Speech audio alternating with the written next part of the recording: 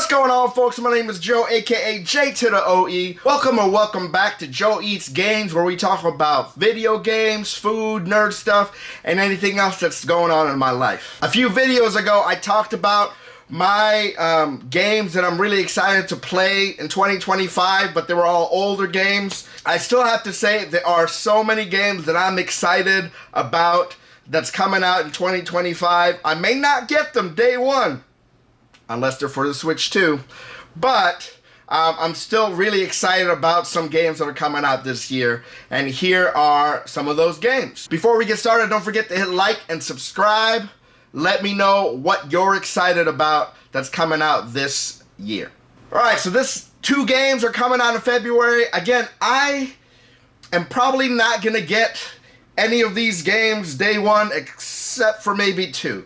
So we'll see. But one I'm excited about, I'm not going to get it day one. It's because something else is coming out close to it. Is Kingdom Come Deliverance 2. Kingdom Come Deliverance 2 is a sequel to Kingdom Come Deliverance 1. You know, if it wasn't obvious already.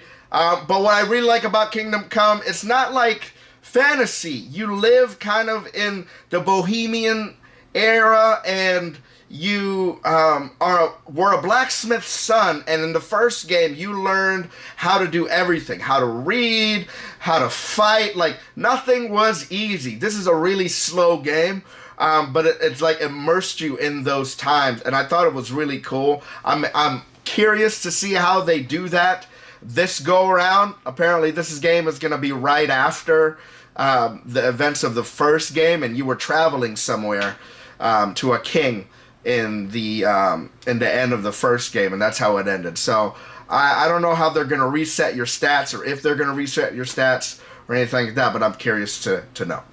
The next game I'm excited about is definitely a day one purchase for me. It's Like a Dragon Pirate Yakuza in Hawaii. A mouthful, but I am in to the Yakuza series. I just finished, at the making of this video, Yakuza 0. I'm taking a little break. I'm playing a small indie game that hopefully I'll finish over the weekend.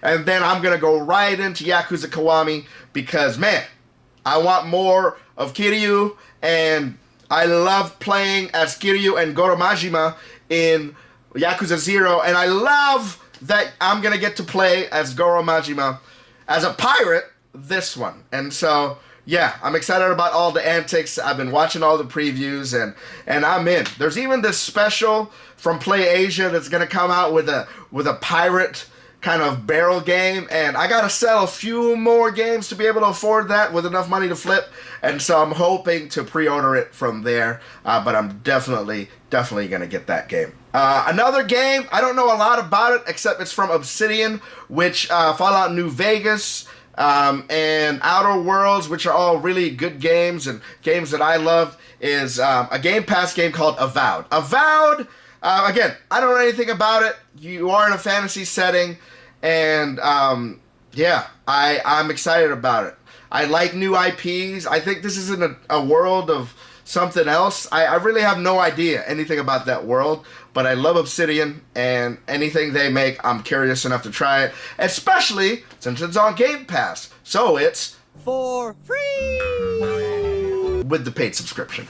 But yeah, and so it's not going to hurt me if I wanted to try it. So Avowed, I'm really excited to play. Another game that I'm super excited to play is Ghost of Yatai. I am a little bit disappointed that I am no longer going to play as Jin from Ghost of Tsushima, at least without DLC, but I'm excited to go back into that world. I'm excited just to see where the story goes. I love Sucker Punch and that story that they had for the Ghost of Tsushima, and I'm excited to see what they got for us this round. I love the way they use the wind and the directions. I like all the haikus and all that stuff, even though you just got bandanas and they didn't do anything. But yeah, the combat was so great. And yeah, I loved Ghost of Tsushima so much. I played it on the PS4 when it first came out, and I played it on the PS5 when I got it. And so yeah, I loved it. It was so good. Another game that I'm really excited about is Split Fiction. They just started talking about it, but it's from the makers of A Way Out and 2020's Game of the Year, or 2021's Game of the Year, which was It Takes Two. It's another multiplayer game, and the premise is you're two authors, and one of you writes sci-fi, and the other of you, I think, writes fantasy. And what I loved about It Takes Two is that all the mechanics kind of just keep on getting more different. You never got bored. I'm excited because, you know, you're going to go from science fiction to fantasy to science fiction as you follow these two authors who get sucked into their own stories. And yeah, I'm so intrigued, and I love the multiplayer mechanic. And yeah, shoot, if you want to play that with me, let me know in the comments section, man. I'm looking for a number 2 to play. Another Obsidian game that I'm excited about is coming out this year is Outer Worlds 2. I loved Outer Worlds 1. I love the quirkiness of it. Basically Fallout in space. And yeah, I thought it was really cool. I did play it on the Switch, so it was a little bit buggy, but it didn't break it on me. I still loved it. And yeah, I want to continue that story. I probably should play Outer Worlds again. I remember really liking it, but if you were to ask me, I don't remember anything that happened there. So yeah, we'll see. But Outer Worlds 2, I really want to play it this year. We're going to have 2 more games that I'm excited about. And second to the last game is Metal Gear Solid Delta. I have the Metal Gear Solid Collection Volume 1 on the Nintendo Switch. And I stopped as soon as I beat Metal Gear Solid 2 because I heard Metal Gear Solid Delta is coming out, which is a rebrand, a remake, complete remake of Metal Gear Solid 3, and which I heard arguably it was the best of the Metal Gear Solids, and so I want to play it at its pinnacle. So I stopped playing the Metal Gears, and I can't wait to get back into it. Maybe it'll be on the Switch too. That would be sweet, you know. If any of these games are on the Switch too, I'm getting it on it. That's simple. It's a wrap. I'm getting it. And the last game that I'm excited about, definitely a day one purchase. My days off are Fridays, which is the day that video games probably usually comes out, and I'm hoping it comes out on a Friday so I don't have to do anything but play that day, is Grand Theft Auto 6. I've never played Vice City, but this is set in Miami, or the Vice City kind of there, and yeah, I'm excited. I got into Grand Theft Auto at 4, and I love the story there. Grand Theft Auto 5 took it to a whole nother level.